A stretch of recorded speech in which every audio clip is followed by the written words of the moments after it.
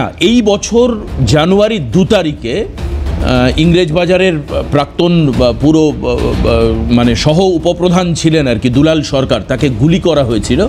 তার থেকে আজ পর্যন্ত যদি তুমি গৌরব ধরো তাহলে নানা করে 6টি শুট আউটের ঘটনা ঘটেছে, সবই তৃণমূলের 6টা শুট আউট। কিন্তু কি অদ্ভুত বিষয়, তার মধ্যে একজন হচ্ছে ফুচকা বা কিছু একটা বিক্রি করেন, ওনারটা যদি আমি বাদ দিই তাহলে 5টি ক্ষেত্রে দলীয় গোষ্ঠী কোন্দলের প্রসঙ্গ সামনে এসছে।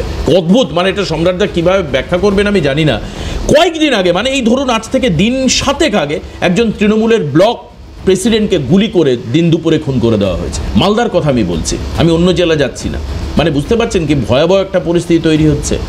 সেই জায়গায় দাঁড়িয়ে এই যে কেন দলের মধ্যে দুটো গোষ্ঠী হচ্ছে, হ্যাঁ সবাই ডেফিনেটলি মমতা বন্দ্যোপাধ্যায়, অভিষেক বন্দ্যোপাধ্যায় তাদেরকে দেখে চলছেন, একটা আদর্শে চলছেন, কিন্তু দলের মধ্যে খাওয়া খাই গণ্ডগোল, একে অন্যের সঙ্গে যে গোষ্ঠী কোন্দল, এটা কি নেই?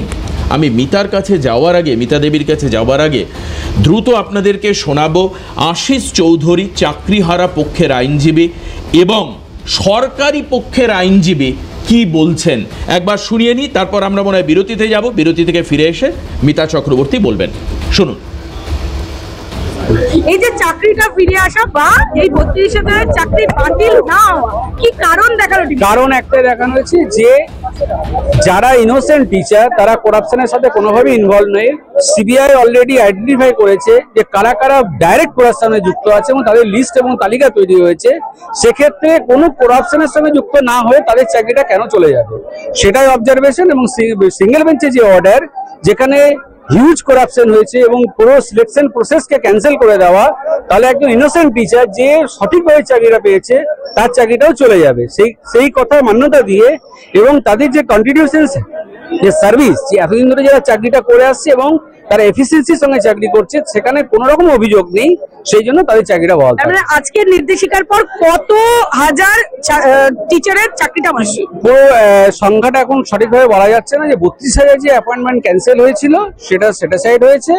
বাকি যে লিস্টটা তৈরি করেছিল সিবিআই, সেই লিস্টটার চাকরিটা থাকবে না। বাকি যারা সার্ভিস পেয়েছিল উইদাউট এনি ইরেগুলারিটিস, তাদের সার্ভিসে সিবিআই তো অলরেডি তদন্ত করছে এবং যারা ডাইরেক্ট ইনভলভমেন্ট আছে এবং যারা এই করাপশনের সাথে যুক্ত ছিল তাদের অ্যাপয়েন্টমেন্টটা বাতিল হলো। এই যে জাজমেন্ট মহামান্য ডিভিশন বেঞ্চ হাইকোর্ট দিল, সেটা একটা ঐতিহাসিক জাজমেন্ট। কারণ এই ধরনের পেশেন্টস হিয়ারিং দেওয়া এবং জুলাই মাস থেকে নভেম্বর মাস পর্যন্ত শুনানি করে এত কম সময়ের মধ্যে, 1 মাসেরও কম সময় নিয়ে এত তথ্য, এত কাগজপত্র ঘেটে তিনি জাজমেন্ট দিয়েছেন এবং অত্যন্ত কম্প্রিহেন্সিভ জাজমেন্ট বলে আমাদের মনে হয়েছে। কারণ কোর্ট তথ্য প্রমাণের উপরে চলবে, সেই তথ্য প্রমাণ যতটা সিবিআই, ইডি এবং অন্যান্য সমস্ত এজেন্সি তুলে আনতে পেরেছে, তার ভিত্তিতে এখনো পর্যন্ত যা প্রমাণিত, সেই 360 জন তাদের চাকরি বাদ দিয়ে বাকি সমস্ত চাকরি বহাল থাকলো। এবং সিঙ্গেল বেঞ্চের যে অর্ডার অভিজিৎ গাঙ্গুলির, সেটি তিনি সেটাসাইড করেছেন, খারিজ করে দিয়েছেন। প্রথম দিন থেকে আমরা এই মামলা ডিলিজেন্টলি আমরা করেছি এবং আজকে সেই ঐতিহাসিক রায় বেরিয়েছে। তাতে আমার যে মক্কেল অর্থাৎ এই সংগঠন, তারা খুবই স্যাটিসফাইড। এবার এই মুহূর্তে এই যে চাকরি 32,000-এর যে চাকরি থাকলো হাইকোর্টের ডিভিশন বেঞ্চের নির্দেশে, এই সম্পর্কে আমি বলছিলাম যে রাজনীতি শুরু হবে এবং এই ঘটনাকে কেউ রাজনীতির পক্ষে বা বিপক্ষে নেওয়ার চেষ্টা করবেন, এটা খুব স্বাভাবিক। কারণ আমরা হাইলি পলিটিসাইজড একটা স্টেট। কুণাল ঘোষ তার বক্তব্যে কি উঠে এসছে শুনুন। যে শিক্ষকদের চাকরি কেড়ে নিতে চাইছিল কিছু লোক, একটা র্যাকেট, তাদের প্রত্যেককে শুভেচ্ছা তাদের চাকরি বহাল থাকার জন্য। এবং পশ্চিমবঙ্গ সরকার, মাননীয় মুখ্যমন্ত্রী, মাননীয় শিক্ষামন্ত্রী আপনাদের পাশে ছিলেন। এবার কিন্তু যে বিচারপতি যিনি রায় দিয়েছিলেন, এই যে চাকরি খাওয়ার রাজনীতি, মানুষ এবার চোখের উপর দেখে নিন যে চাকরি খাওয়ার রাজনীতিটা কারা করেছে। কিছু বাম, কিছু রাম, কিছু কংগ্রেসের আইনজীবী, তার সঙ্গে কিছু রাজনীতিবিদ, এবং দুর্ভাগ্যজনক হলেও এটা দেখা গিয়েছে যে পক্ষপাত দুষ্ট বিচারপতি। তো একজন দুজনের ভূমিকা সম্পর্কে প্রশ্ন থাকে। তো এদের এই চাকরি খাওয়ার রাজনীতি, এই শিক্ষক, শিক্ষিকা বা কর্মপ্রার্থীদের চোখের জল ফেলে সেই চোখের জলের উপর দাঁড়িয়ে বিরোধী রাজনীতি করতে গিয়েছে, সেটা আজকে প্রমাণিত। মিতা, এইটুকু অংশের মিতা দেবী যদি এইটুকু বক্তব্যকে রাখি, খুব স্বাভাবিক পারসেপশনে মানুষের বিচার ব্যবস্থার উপর থেকে আস্থা জিরো হয়ে যাবে। জিরো মানে উনি বলছেন যে বিচার প্রক্রিয়াকে কাজে লাগিয়ে রাজনৈতিক দল চাকরি খাচ্ছে। একদম পরিষ্কার অবস্থান, সম্রাটদার সামনেই আমি বাইট চালালাম। খুব স্বাভাবিকভাবে এই ধরনের বক্তব্য রেখে সাধারণ মানুষের বিচার মানে অ্যাটলিস্ট তো আমাদের কাছে কিছু না হোক আমরা বলি যে বিচার ব্যবস্থা রয়েছে, ঈশ্বর রয়েছে, কথাটা তো আমরা বলি। মানুষের স্বাভাবিক মানুষের ধারণার উপর কতটা এফেক্ট পড়বে। আর এই যে এক্ষেত্রে কিন্তু দেখতে পাওয়া যাচ্ছে আপনার আইডেন্টিফাইড ফ্রড বেরিয়ে আসছে সামনে।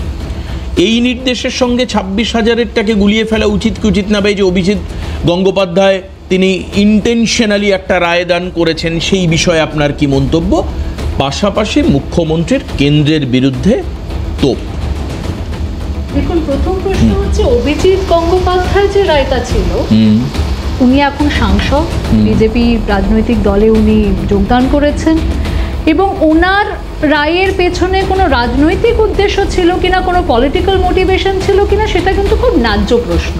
না মানে রায়দান কি পলিটিক্যালি মোটিভেটেড হয়? এবং পলিটিক্যাল এবং ওনার কিভাবে হয় পলিটিক্যাল মোটিভেশন? আমরা তো জানি যে আইন বিচার ব্যবস্থা তথ্য প্রমাণের উপর। আজকে তো সেই রায়টাকে আবার সেটাকে রিরান করা হলো, সেটাকে সেট অ্যাসাইড করা। এটা হতে পারে যে তখনও হয়তো সিবিআই এই স্পেসিফিক্যালি কালপ্রিটদেরকে আইডেন্টিফাই করতে পারেনি।